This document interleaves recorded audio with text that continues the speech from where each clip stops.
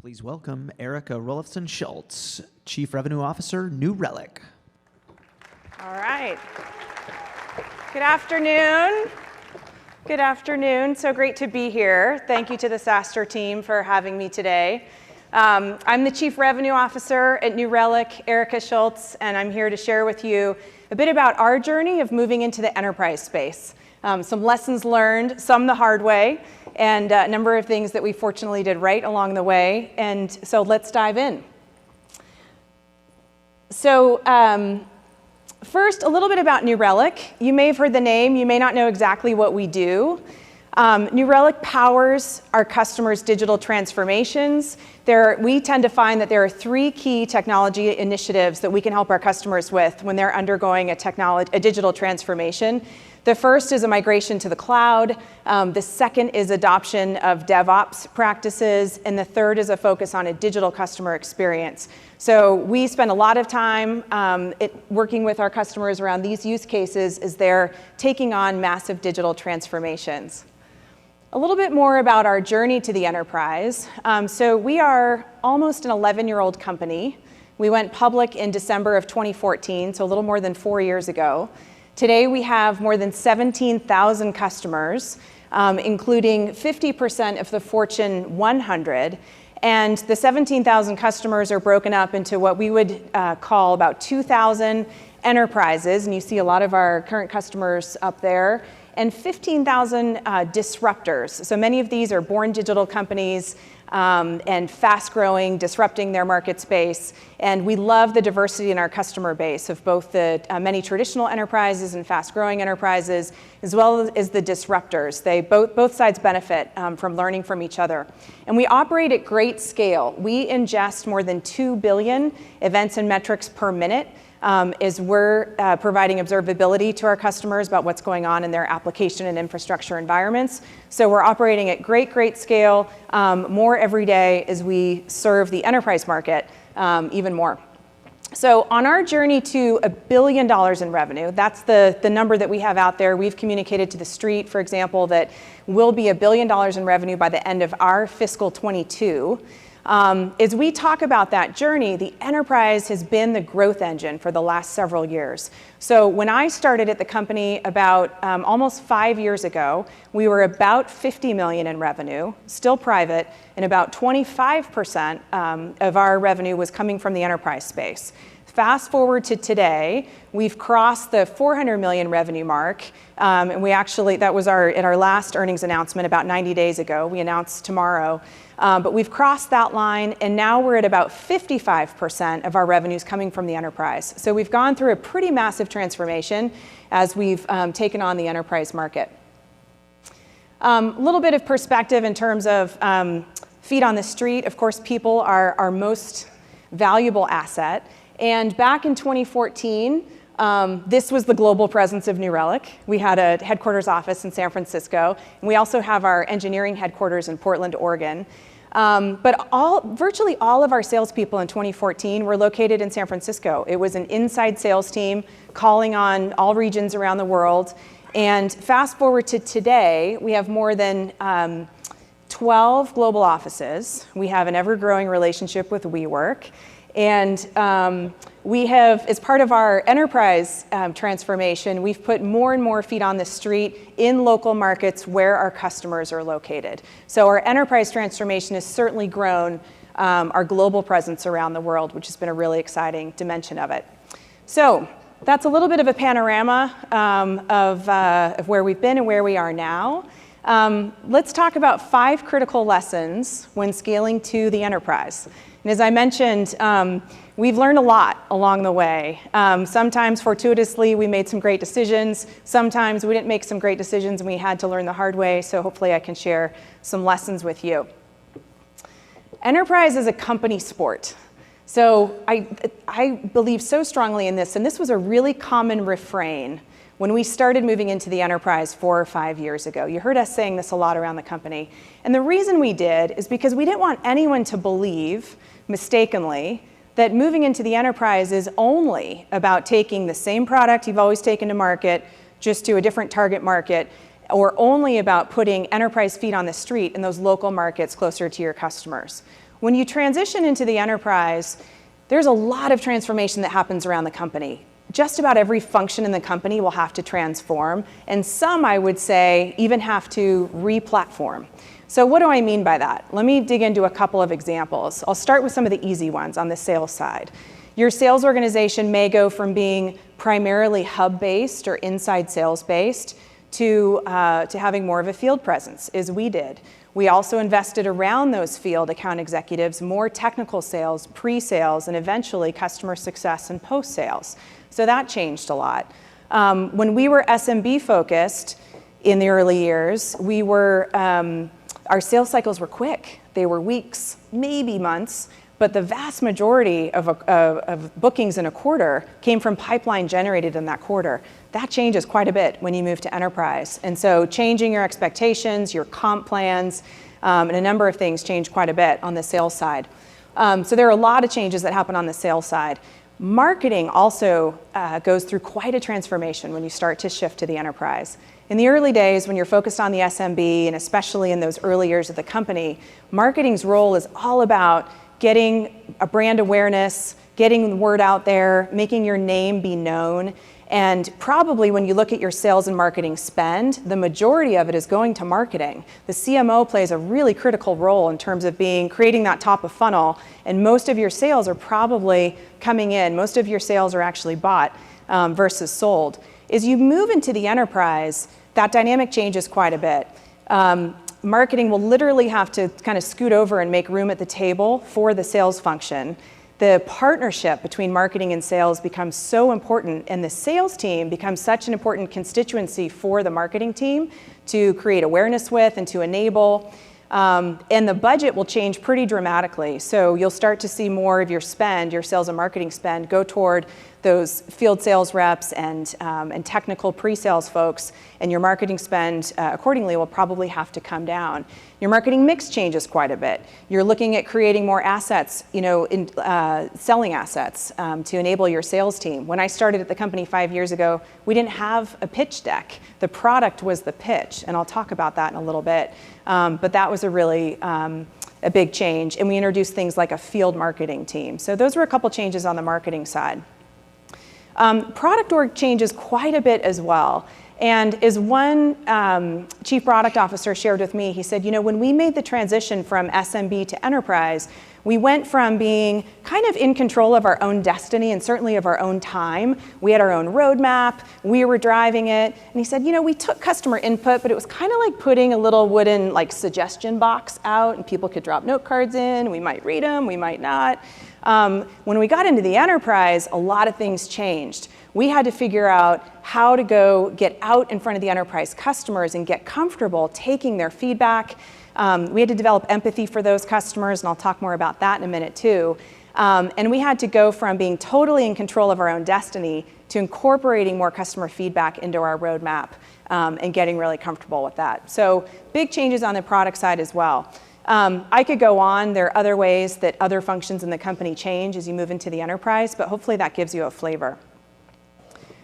So alignment across those functions is so important, and for that you need leadership and the right kind of leaders. So let me talk a little bit about talent. Hire builders who are experienced, strategic, and agile. First off, let me talk about builders. This is not a strange word to anyone in the room. All of us, as we're building companies, we're looking to bring builders into the company, people who really love to create and to take something that's pretty raw, dive into an environment where maybe resources are scarce and really build.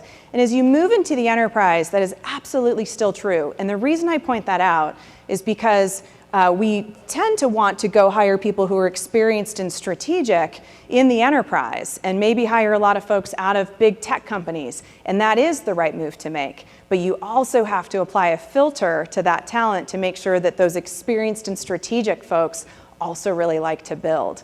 My own experience, I spent 17 years at Oracle Corporation, and it was a wonderful place to learn about serving the enterprise and about running organizations at scale. But I also, during my 17 years there, when I reflect back, I always selected opportunities to go build something. I moved to Latin America in the early years to build a new inside sales channel. I took on Oracle's first software as a service product 13 years ago and took that to market very early for Oracle Corporation. But I found that I really love to build. And so that's one of the reasons that I love what I do at New Relic, and I chose to come to a small growing company. And there are lots of people out there with similar backgrounds who are coming from big tech companies who have that kind of classically trained experience, but who also love to build. So look for those folks. I mention Agile here because we find that in these early days, we need folks to really scale up and down and be careful with that, and be comfortable with that, I should say. In my experience, for example, when I started at New Relic running the enterprise team, one moment I might find myself collaborating with the C-suite on the business value positioning and on getting that next meeting with a CIO of a Fortune 100 company. And the next minute, I was rewriting the order form because we got some customer feedback that our order form was confusing and we needed to kind of revise it in real time. And so you have to be comfortable kind of scaling up and down. And I think that builder DNA comes with that, but I point that out because I think that's so important. You need the gravitas to earn the executive meeting, but then you also need to roll up your sleeves and stay close to the ground. And finally, I would say, when you think about leaders, and again, I don't know that this is uniquely true to the enterprise. It's true for other market segments, but hire leaders who are coaches and who love to teach, and leaders who aren't afraid to really shape roles and responsibilities and provide clarity to the team and teach people along the way. They have to be able to define what great looks like and then coach their team along the way to get there. And of course, people should come in with a network, not only of other talent that you can go out and hire, but also of customers and partners that are going to be relevant to taking your products and solutions into the enterprise. So it's so critical to get the right talent. I will say when you do find the talent who has both the training and has served the enterprise before and knows what a great account plan looks like and knows how to call on the C-suite, but also is really agile and loves to build and loves to teach and coach, that is gold. So good luck with your hiring efforts. Okay, so let's talk about the customer. Build a culture of customer empathy. I can't stress this one enough. We haven't talked a lot about the enterprise customer yet, so let me pause and do that for a minute. What is unique about the enterprise customer? Well, let me highlight a few things. The first thing is, at least in our case, when we were in the SMB space, we were primarily selling to one type of buyer. It was primarily developers. When we moved into the enterprise, enterprises rarely make decisions just based on one person's opinion. It's usually a collaborative approach. So we had to get comfortable getting to know multiple personas in an account: developers, IT operations personnel, site reliability engineers, CTOs. So first off was enterprises are made up of teams of people, and developing empathy for various roles, various personas, understanding what their problems are to be solved, what their jobs to be done are, is really important. So that's number one. Number two, I'll never forget an enterprise CIO who once told me, you have to understand that we look at every potential new tech vendor as a potential source of risk. So don't ever forget that enterprises are solving, yes, for new capabilities, new technology that can help them drive business technology and business transformation, but also they have to mitigate risk. And so capabilities like security, scalability, interoperability, and compatibility, those things are so important to enterprises in addition to your amazing features and functions. So keep that in mind. And finally, enterprises will likely have a significant amount of technical debt. And it's not that they're uninformed or they don't get it, and that's why they're not modern. Enterprises inherit that technical debt. I'll never forget one of our customers at a large Midwestern insurance company told me, she's an engineering manager, and she said, I just came across a line of code that my dad wrote when he worked here in production.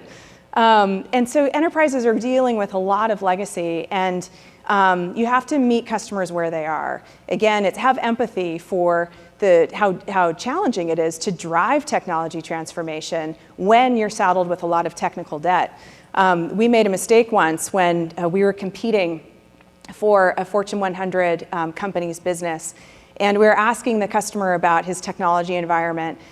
And he kind of hung his head and he said, don't judge me. He said, but we have Informix databases. And he went down this long list of legacy technology that was in his environment. And I had one brave pre-sales consultant on the team who said, don't worry, never fear, New Relic will lead you out of the dark ages. That didn't go over so well. That wasn't empathy. And I think we scored 4th out of 4 in that evaluation. So meet customers where they are, have empathy for the technical debt and the other concerns that are on their minds. And back to this culture of customer empathy, think about how do you develop that culture across every function in the company. It starts with probably getting out and seeing customers more. So back to what changes for your product org? Well, they're no longer only working on the product, they also have to layer onto that, getting out and meeting with customers. You probably want to start a customer advisory board. I think us getting into the enterprise was what triggered our creation of a customer advisory board, and that has been so valuable for us. And think about what data, what anecdotes, what reports from the field you can bring into different forums in the company, into the C-suite. How can you start to really build a culture of customer empathy? This is super, super important. Okay, number 4, stop selling products, instead deliver solutions with real business value. As I said, in the early days for us, the product was the pitch. That was it. We had such amazing technology, we do have amazing technology, that customers were flocking to it, and all we had to do was show the product to be able to sell it. And I remember in my first month on the job, April 2014, I was about 3 weeks in, and I said, I need to get out there and just see some customers and kind of see what we do, see how we do our thing with our enterprise customers. And I went with a team to go see a major health insurer in the Midwest. And we walked into the meeting, didn't do introductions, about 10 people from the customer showed up. We all just kind of sat around the table. And one of our team members from New Relic flipped open his laptop and said, what do you guys want to see? And I thought, okay, this is how we're pitching New Relic. And at the time it worked because this group of developers, they just wanted to get into the product. But when actually it was funny, a funny part of that story, I asked the account exec after the meeting, I said, did you do any planning for the meeting? Like, did we talk about agenda? Or any sort of pre-work ahead of the meeting? And he said, yeah. He said, I planned for it. He said, I took everyone's order of what kind of subs they wanted from Jimmy John's, and I brought in the lunch. That was the planning. But all I have to do is show them the product. I don't have to do any more planning than that. I love that story because that account exec is now one of our top enterprise account execs and has made the journey so effectively. But back to the customer empathy.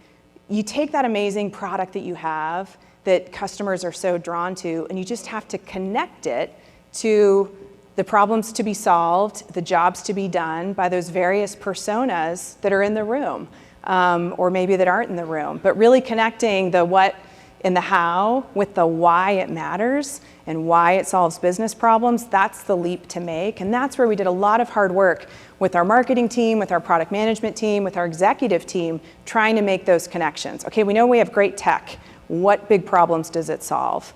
And then paying it down with your customer stories that play back. Here's the value that we realized as a result of implementing New Relic. Really important transformation to make. And then last but certainly not least, let's talk about partnership. So partner closely with customers to create advocates. First and foremost, I think, when you move into the enterprise, or frankly any new market, we think a lot about this as we enter new markets around the globe, being really deliberate about the customers that you target. Who are the companies in your sweet spot where you'll have the highest chance of success, as well as who might be able to advocate for you once you do make them successful and help you make the market. We did this as we were moving into the enterprise. We wanted to find enterprises who were already leveraging modern technology, already migrating to the cloud, and looked like a great fit for us. And then within those companies, we would work with our executive team, with our board, to identify executives we knew at those companies, to go ask them for introductions, for meetings, and ultimately to be our advocates as we look to kind of make a name for ourselves in the market. So that is definitely part of the game, is identifying who are your sweet spot target customers, and then how can you leverage your network to get access at those companies. Super, super important. And we're so grateful for partners who've been with us along the way. One who comes to mind is Gil House, who's the CIO of the retail bank at Capital One. He was a New Relic customer at a prior company, 2 startups actually, before he ended up at Capital One. And he was someone we called on and we said, we know you're a really modern technology enterprise. We'd love to partner with you to go on a journey with Capital One. And they've become a fantastic customer, and he's become a great advocate. So that's a super important piece. The other thing I would say, just honing in on the word partner, working in the enterprise is very, very much a partnership, and it's a relationship with these companies. And that also is something that can be a little bit new if your teams are used to working in a more of a volume and velocity SMB market. When you get into the enterprise, you are very much in relationship with these companies. And what does that mean? Well, like any relationship, it's built on a foundation of transparency and communication and trust, and make it personal. These leaders at the companies that we work with, they're betting their success on us, and we have to take that really seriously. And so spending time with people, and again, just communicating and holding yourself accountable to do what you say you're going to do. And when you stumble, which you will, which we have, you own it. And you acknowledge that no relationship is ever perfect, but you really work through things together. So how you show up in relationship is really, really important. And again, that applies to the whole company. It's not just the account team. It's the product team, it's the executive team, and really accepting that, I think, is something super important. And then finally, when you do that, when you do land those customers in your sweet spot, when you partner with them and you bring them on a journey and you demonstrate that you're really committed to their success, you can create amazing advocates. And there is nothing better than those moments where you've stood shoulder to shoulder with a customer, they've leveraged your technology, and then together you've achieved the outcome that you were going for, that was success to that customer. I remember 21st Century Fox is a great customer of ours, and their Hotstar business unit in India, they had a moment where they broke the record for the most concurrent video streams to mobile phones when they had the rights to the international cricket championships. So the most concurrent video streams, and New Relic screens were all over their NOC.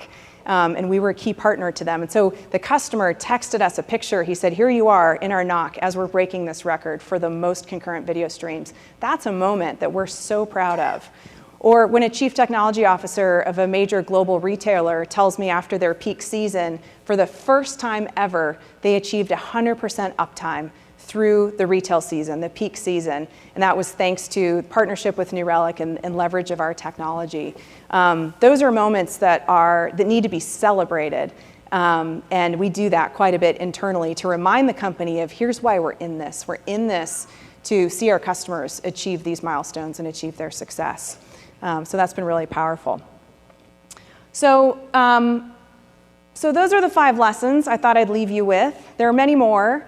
But those are a few critical ones that we've certainly learned at New Relic. And if I could leave you with one more thing, that is that as you transition into the enterprise, don't let go of everything that made you great in SMB.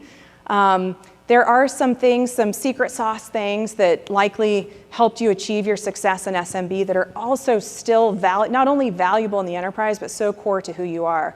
For us, for example, really embracing the developer and making sure that we have great products for developers is so core to us. The company, New Relic, was founded as a disruptor in the APM space, and our ambition was to deliver joy and delight and value within minutes in a category that had typically only been served by really complex implementations. So that is something that we hold on to, in part because it's part of who we are and it's our roots, but in part because it's also valuable in the enterprise. So don't lose everything that made you successful in SMB. So with that, I'll leave it there. Wish you luck on your journey as you move into the enterprise. It's a blast. Enterprise customers are amazing. And best of luck. Thanks for having me.